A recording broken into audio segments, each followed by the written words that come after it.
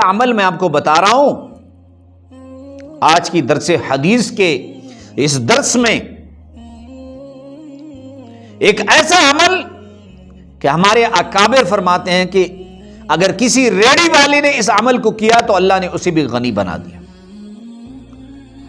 اور اگر کسی مزدوری دہاڑی دار ہاری نے اس عمل کو کیا تو اللہ رب العزت نے اسے بھی غنی فرما دیا۔ اور یہ نبوی عمل ہے، نبوی دربار رسالت صلی اللہ علیہ وسلم کا عمل ہے، میرا نہیں۔ تو یہ بات یاد رکھیے، جو لوگ چاہتے ہیں کہ اللہ رب العزت ہمیں غنی فرما دیں، ہماری غربت ختم فرما دیں، یا بعض بہنیں بھائی چاہتے ہیں کہ ہماری نوکری کا مسئلہ حل ہو، کتنے لوگ پریشان ہیں، ایجوکیشن، تعلیم یافتہ ایجوکیشن عام ہو چکی ہے لیکن نوکریاں کم پڑ چکی ہیں۔ تو اعمال کے ذریعے اللہ سے مانگنا یہ انبیاء کا بھی طریقہ، پھر صحابہ، پھر اولیاء، پھر تابعین، تبع تابعین، اولیاء، سب کا طریقہ ہے اعمال کے ذریعے مانگنا۔ تو یاد رکھیں، جو لوگ تنگ ہیں آج کے زمانے میں، وہ مکان کا کرایہ ادا نہیں کر پاتے، وہ بچوں کی اسکول کی فیس ادا نہیں کر پاتے، اور وہ گھر کا کچن نہیں چلا پاتے، تو وہ یہ عمل کریں۔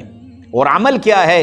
آسان سی دعا آپ کو اسکرین پر نظر آ رہی ہے، اللہم اکفینی بحلالک عن حرامک واغننی بفضلک عمن سواک۔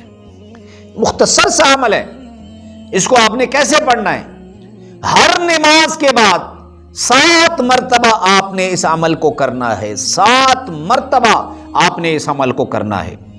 اور یہ بات اللہ کی ذات کو میں گواہ بنا کے کہتا ہوں کہ الحمدللہ کئی سالوں سے میرا یہ اپنا معمول ہے، اور میں ہر نماز کے بعد 7 مرتبہ اسے پڑھتا ہوں۔ اور یہ ایسا مجرب عمل ہے کہ جس کسی نے اسے پریشانی کے لیے کیا، اللہ نے اس کی پریشانی ختم فرمائی۔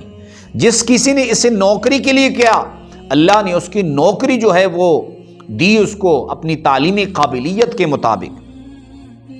اور جس کسی نے اسے بیٹے یا بیٹی کی رشتے کے لیے کیا، اچھے رشتے کے لیے، جس کسی نے اسے اپنے ذاتی مکان کے لیے کیا، اللہ نے اسے ذاتی مکان دیا۔ یہ دربار رسالت صلی اللہ علیہ وسلم کا عمل ہے۔ لیکن یہ بات یاد رکھیں، عمل تب فائدہ دیتا ہے جب آپ اسے تسلسل سے کریں، پابندی سے کریں۔ اللہ رب العزت آپ کی اس عمل سے تمام پریشانیاں انشاءاللہ حل فرما دیں گے۔